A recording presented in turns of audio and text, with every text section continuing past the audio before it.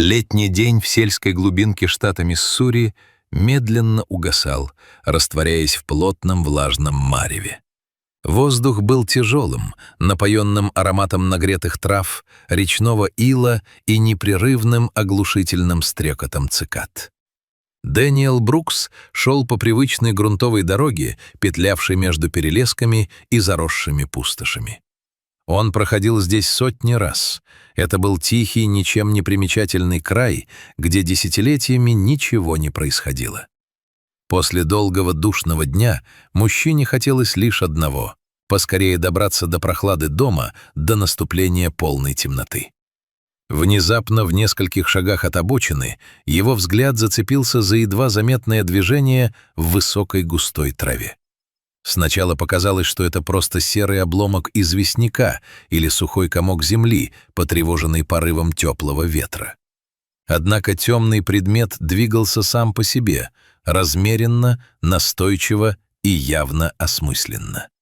Дэниел остановился, с любопытством прищурился и сделал несколько осторожных шагов в сторону зарослей. Наклонившись к спутанным стеблям, он оцепенел.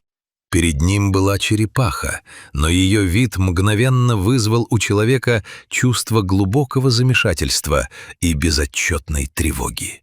В этом существе было что-то глубоко, противоестественно неправильное. Разум отказывался соединять увиденное с привычным образом живого создания. Вместо ровного гладкого купола, защищающего спину любой нормальной черепахи, тело этого животного напоминало гигантские песочные часы или скрученную восьмерку.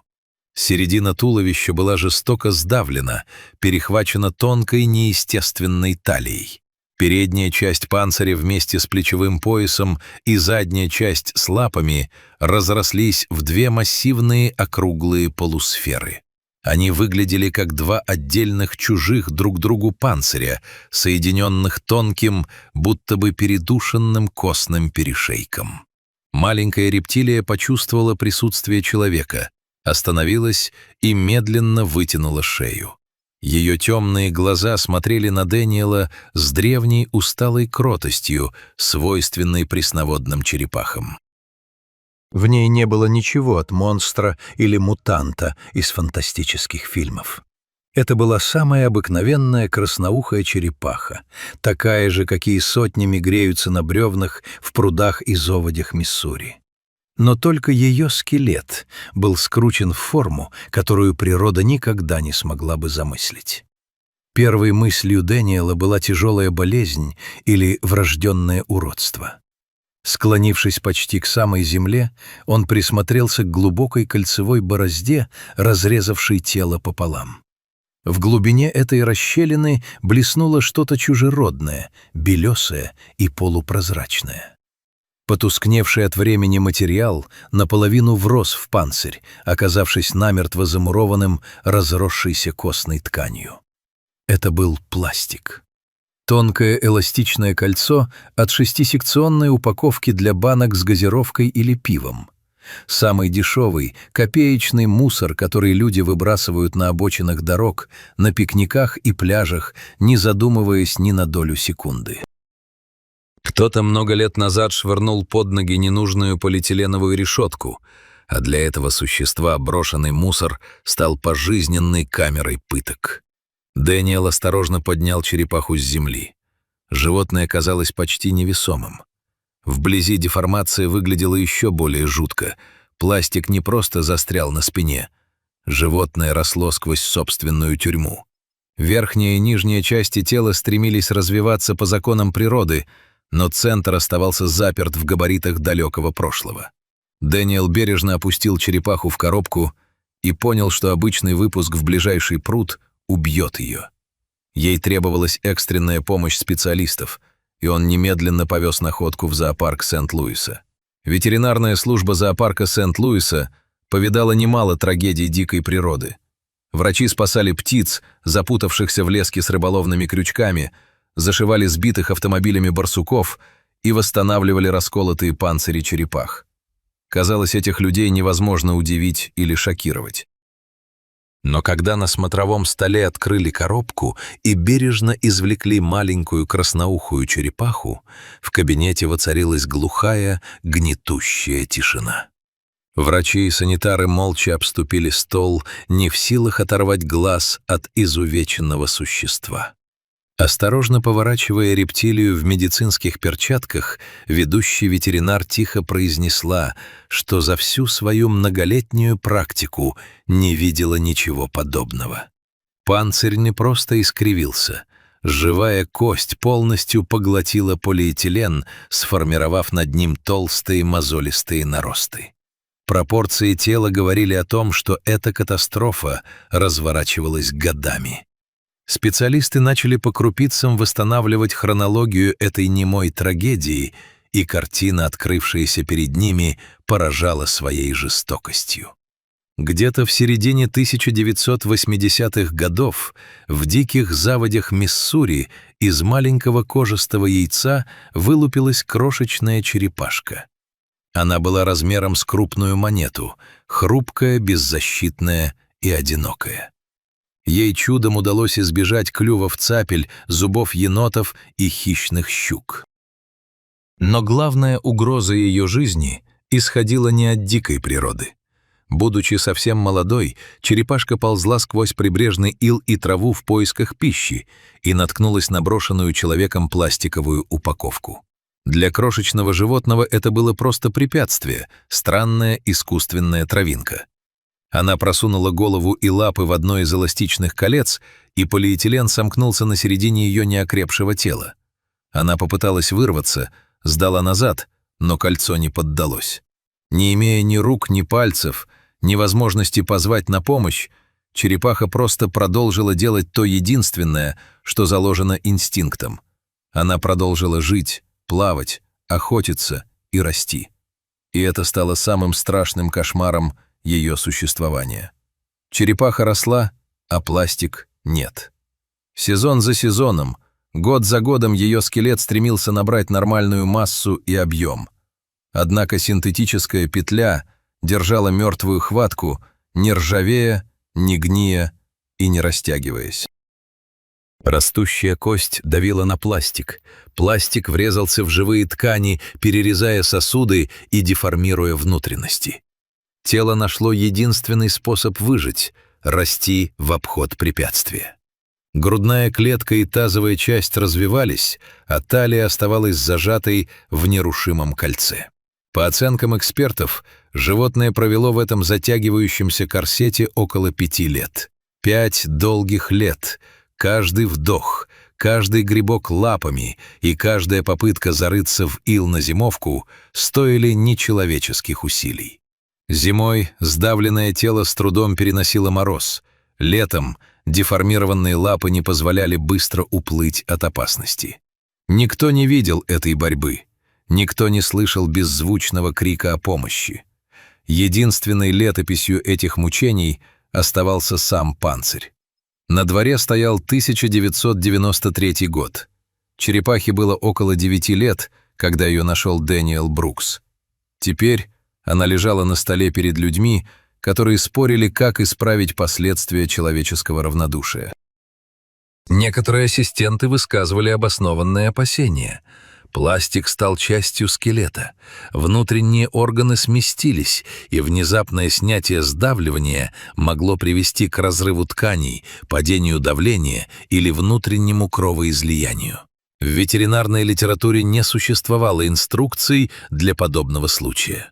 Но главный врач настояла на операции. Оставлять пластиковую удавку на теле было верхом жестокости. Операция проходила в напряженной тишине. Опасность заключалась в том, что старый пластик глубоко засел в борозде между костными пластинами. Одно неловкое движение скальпеля или кусачек могло рассечь крупные сосуды или повредить оболочку внутренних органов. Миллиметр за миллиметром хирурги поддевали лезвием прочный заскорузлый полиэтилен. Когда раздался тихий глухой щелчок лопнувшего пластика, врачи буквально выдохнули. Полиэтиленовый фрагмент извлекли и положили на медицинский лоток. Он казался ничтожным, блеклый, невесомый клочок мусора, который ничего не стоил при производстве. Но когда взгляд возвращался к черепахе, становилось не по себе. Кольцо исчезло, но его призрак навсегда остался запечатлен в костях. Тело так и осталось пережатым на манер песочных часов. Рентгеновское обследование принесло новые тревожные вести. Сдавливание затронуло дыхательную систему. Легкие животного годами развивались в условиях чудовищной компрессии. Их объем был необратимо уменьшен. Черепаха фактически задыхалась на протяжении половины своей жизни. Врачи не давали гарантий, что ее организм справится с последствиями хронического стресса и перенесенной операции. Однако маленькая рептилия снова проявила невероятную стойкость. Оказавшись в теплом реабилитационном бассейне, она жадно поела, неуклюже, но уверенно заработала лапами и выбралась на островок под согревающую лампу. Она вела себя так, будто не замечала своей чудовищной формы, демонстрируя несгибаемое стремление жить.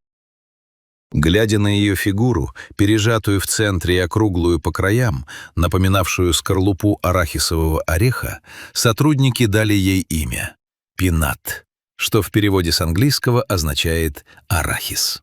Это трогательное и простое имя мгновенно прижилось.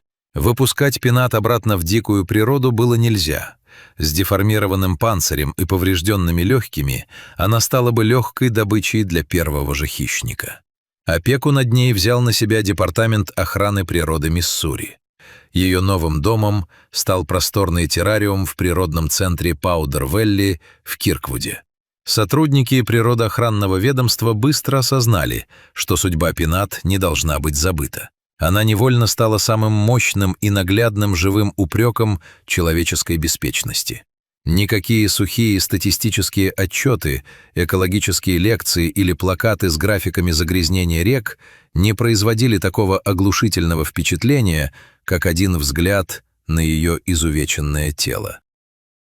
Пинат сделали официальным лицом просветительской кампании против замусоривания окружающей среды. К ее террариуму потянулись тысячи людей. Дети, прижимавшие ладони к стеклу, замирали и растерянно спрашивали родителей, что случилось с этой черепахой. Взрослые читали табличку с описанием ее жизни и молча опускали головы. Школьные классы приходили с шумными разговорами, а уходили в полной задумчивости. Фотографии Пинат с ее безошибочно узнаваемым силуэтом начали распространяться в газетах, журналах и на телеканалах далеко за пределами штата, а затем облетели весь мир. Обыкновенная рептилия из травы Миссури стала глобальным символом экологической ответственности. Глядя на нее, каждый понимал простую истину. Наш мусор не растворяется в воздухе. Он остается на земле и ждет, пока в него не угодит беззащитное существо. Миллионы людей по всему миру начали перерезать ножницами пластиковые упаковочные кольца перед тем, как отправить их в ведро, спасая тем самым бесчисленное количество птиц, рыб и мелких млекопитающих. За этой всемирной известностью скрывалась и горькая правда. Пинат стала символом потому, что ее нашли и спасли. Но на каждое спасенное животное приходятся миллионы тех, кто погибает в лесах, реках и океанах в полном одиночестве, так и не дождавшись помощи человека. Вся ее жизнь оказалась мостом между двумя человеческими поступками: абсолютным равнодушием того, кто бросил кусок пластика, и искренним милосердием тех, кто остановился и протянул руку помощи. Пинат не просто выжила. Она прожила удивительно долгую и благополучную жизнь вопреки всем медицинским прогнозам. В дикой природе красноухие черепахи редко доживают до глубокой старости из-за естественных угроз, но Пинат, чье здоровье было подорвано в детстве, разменяла 4-й десяток лет, окруженная любовью биологов и заботой посетителей. Ее дни рождения отмечались как большие общественные события, а смотрители с гордостью называли ее супергероем в борьбе за чистоту планеты. Операция по снятию пластика в 1993 году заняла считанные минуты, но эхо той детской травмы осталось с ней навсегда. Кости ее панциря так и не распрямились, сохранив талию песочных часов до самого конца. Однако с годами эта отметина жестокости превратилась в нечто совершенно иное, в орден невероятного мужества, символ несокрушимой воли к жизни и вечное напоминание людям о том, что даже самое маленькое проявление заботы может спасти целый мир.